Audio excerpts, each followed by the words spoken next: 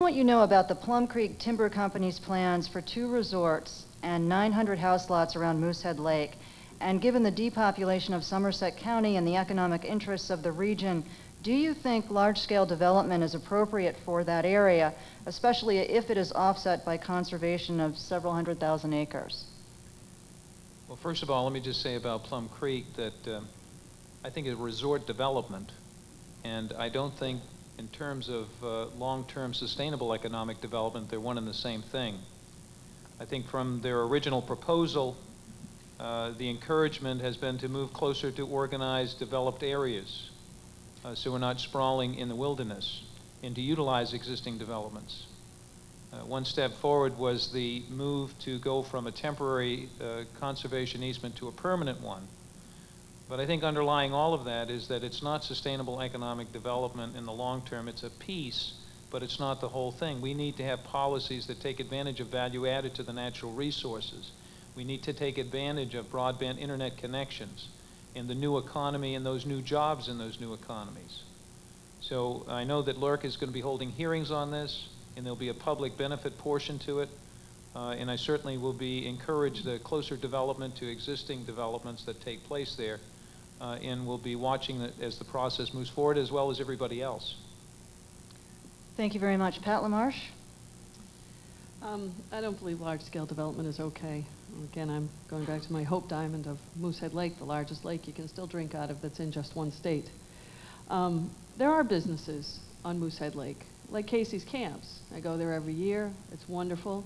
I don't want a 1,000-unit campground to come in and bury Casey's Camps and the other heritage camps that have been up there that have made a living and scratched it out.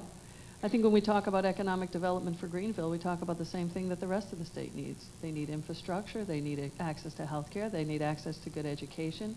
I think the MD granting medical school and pharmacy school and dental schools that we've proposed for 2nd District will be much more helpful to that area than a whole pile of house lots that'll be lived in 6 weeks a year.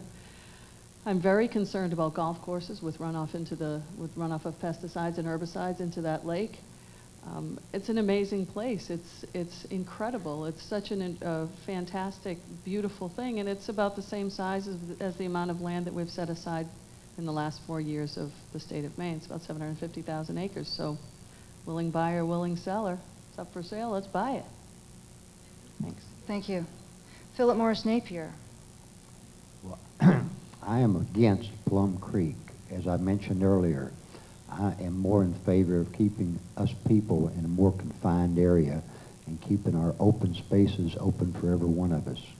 I'm also in favor of wind farms, solar systems. In my RV, I have a solar system and a generator, and I've never started the generator, and I've had it for 3 years. Solar works, wind works. I'm sure tidal power could be harnessed. There's different ways to do the same thing and do it better and do it more sustainable for the future. Thank you.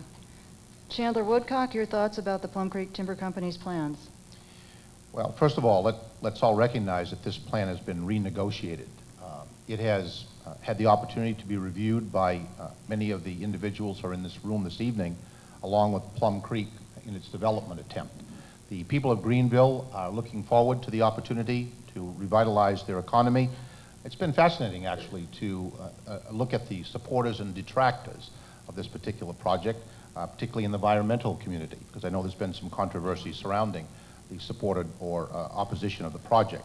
The protection of large tracts of land, as well as the specific areas which have been restricted for development as part of this final proposal, I think are rewarding for all of us who have had an opportunity to witness the compromise from inside. I would think any large tract development in the state needs to be reviewed thoroughly, needs to be negotiated thoroughly, and all participants need to have a part of the process, as has been the case in this Plum Creek development proposal. Thank you. Thank you. Barbara Merrill? Thank you. Thank you. And I confess, Philip, my household fired up a generator today. We lost the power in Appleton. I love Moosehead Lake. My mother built a cabin up there right after my dad died, and I spent about 6 years of my life going up there every chance I could possibly get. But The Plum Creek issue has come to a head due to a failure of LERC to engage in comprehensive planning. I've studied this issue really closely, and I'm not going to waffle on it. The current Plum Creek plan needs to be further downsized, probably by a quarter. But folks, if they're forced to shrink it a whole lot more, we're going to lose an opportunity. We stand the chance of losing the opportunity for tens of thousands of acres that are going to be put into conservation so that every one of us can use it. And Governor, if I could just finish with this. I think if you talk to the folks up at Sugarloaf, you talk to the folks at Sunday River, even if you talk to Catherine Ware at the Cliff House, I think that people will tell you that resort development is long-term development. Thank you.